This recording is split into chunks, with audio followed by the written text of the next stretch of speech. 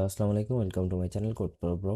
I am bro have দৈনন্দিন মতো আজকে নতুন ভিডিওতে আপনাকে স্বাগতম। এবং আজকে আমরা দেখব যে সার্চ আমরা কিভাবে করতে পারি। এখানে এই যে আমরা এখানে একটা সার্চ বাটন রাখছি বা ইনপুট ফিল্ড রাখছি, এখানে আমরা সার্চ দিতে পারি কিভাবে। এখানে লাইভ সার্চ হবে।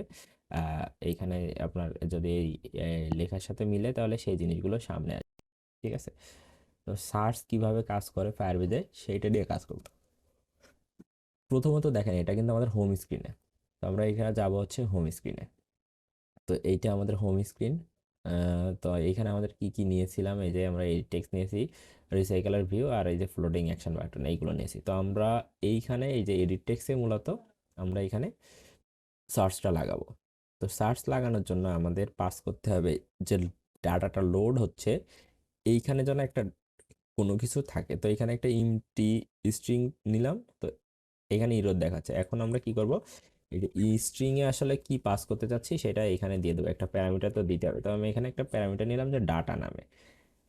এখন ডাটা নামে নেওয়ার পরে আমাদের কাজ হচ্ছে যে এডিট টেক্সট যেটা নিয়েছি আমরা উপরে, এডিট টেক্সট এডিট টেক্সটে আমরা লাগাবো হচ্ছে add on text change listener. এইটা লাগানোর পরে নিউ, এই যে টেক্সট ওয়াচার নামে যেটা আছে না, এটা দিলে আমাদের 3-4টা মেথড ক্রিয়েট হবে। তো এক একটা মেথডের কাজ এক এক রকম। আমরা এইগুলো হচ্ছে সার্চের সময় ইউজ করি। তো এখন হচ্ছে আমরা আজকে ইউজ করবো শুধুমাত্র আফটার চেঞ্জ। এখানে হচ্ছে সার্চ সিকোয়েন্সের একটা আছে, বিফোর অন টেক্সট চেঞ্জ আছে একটা, একটা হচ্ছে আফটার চেঞ্জ। তো আমরা আজকে ইউজ করব হচ্ছে যে আফটার চেঞ্জের এটা। আফটার চেঞ্জের এই যে এডিটেবল, এইটা আমরা জাস্ট চেঞ্জ করব। এইখানে আমরা করব কি, একটা কন্ডিশন দিতে পারি এইখানে যে একটা কন্ডিশন দেবো, সেটা হচ্ছে ইফ ইফ এস ডট, আমাদের যে এইখানে যে এডিটেবলের যে ভেরিয়েবলটা নেওয়া যায় এস ডট, এইটা dot two string not equal to নাল হয়। যদি এটা নাল না হয় তাহলে কি হবে, আমাদের লোড ডাটা, এই যে লোড ডেটা যেটা আমরা মেথডটা যে নিচে নিয়েছি, দেখেন এই যে নিচে এই লোড ডেটাটা এখানে কল হবে। এবং এইটার সাথে আমরা কি করব, যে স্ট্রিংটা আছে এস ডট টু স্ট্রিং, এটা আমরা স্ট্রিং এ পাস করে দিলাম। এই যে তারপরে এটা যদি না হয় তাহলে আমরা কি করব, এলস অনলি লোড ডেটাটা কি উপরে যে এমটি। ঠিক আছে, এইখানকার কাজ কিন্তু শেষ শুধুমাত্র এইটুকু করলে। এখন আমরা এই যে সার্চ যে ডেটাবেজে করতে চাচ্ছি সেইটা তো আমাদের এখানে বলে দিতে হবে। তো সেটা বলার জন্য আমরা কি করব, কোয়েরি চালাবো। আমরা কি বলছি, একটা কোয়েরি কেমন কাজ করে, কোয়েরিগুলো কি করে, যে আপনার প্রত্যেকটা জায়গায় খুঁজে একটা লুপের মতন যাইতে থাকে যাইতে থাকে, সে খুঁজতে খুঁজতে নেয়। তো আমরা এখানে চালাবো কি, sorry, query, U U E R Y, query, query, কোয়েরির একটা নাম দিলাম। এখন আমরা এই কোয়েরিতে কি করব, এই কোয়েরিতে আমরা হচ্ছে যে ডেটাবেসটা নিয়েছি, এই যে ডেটাবেজের যে রেফারেন্সটা নিয়েছি, এই ডেটাবেজ রেফারেন্সটা নিব। ডেটাবেজ রেফারেন্স,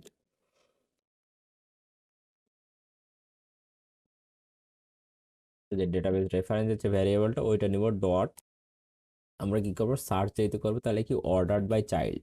তো কিসের চাইল্ড হবে, কোন অর্ডার বাই হবে, কোনটা আমরা সার্চ করতে যাচ্ছি। তো আমরা যেই এলিমেন্টগুলো আছে আমরা এই নাম ওয়াইজে সার্চ করতে পারি, অথবা আমরা পিকচার ওয়াইজে সার্চ করতে পারি। তো পিকচার ওয়াইজ তো আমরা সার্চ করতে পারবো না, কারণ ইউআরএল আমরা লিখতে পারবো না, নামের ভিত্তিতেই করবো। তো নামটা আমরা কিভাবে স্টোর করছি এটা মেইন অ্যাক্টিভিটিতে গেলেই দেখতে পাবো।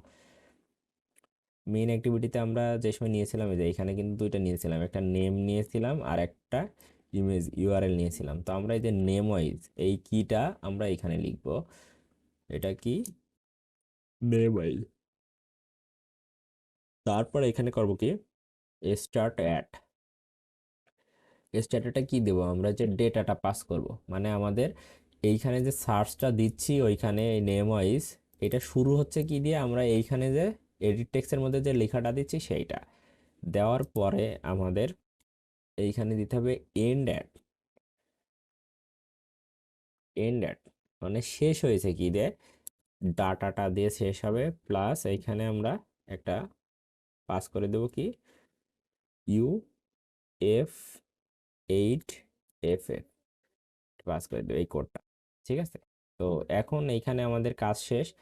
এখন শুধুমাত্র আমাদের করতে হবে, আমরা এই যে এইখানে যে অপশনালের মধ্যে যে ডেটাবেজ রেফারেন্সটা ছিল, এইখানে আমরা এখন কি দেব, কুয়েরিটা পাস করে দেব, দিলে কাজ শেষ, কোয়েরি পাস করা শেষ।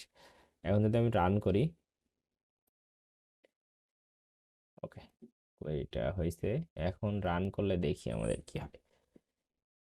রান করতে যতক্ষণ সময় লাগবে সেটা, তাছাড়া আমরা কিন্তু শুধুমাত্র এখানে কি করছি, লোড ডাটার মধ্যে একটা প্যারামিটার পাস করছি শুধুমাত্র, তাছাড়া আর কিছুই করি নাই।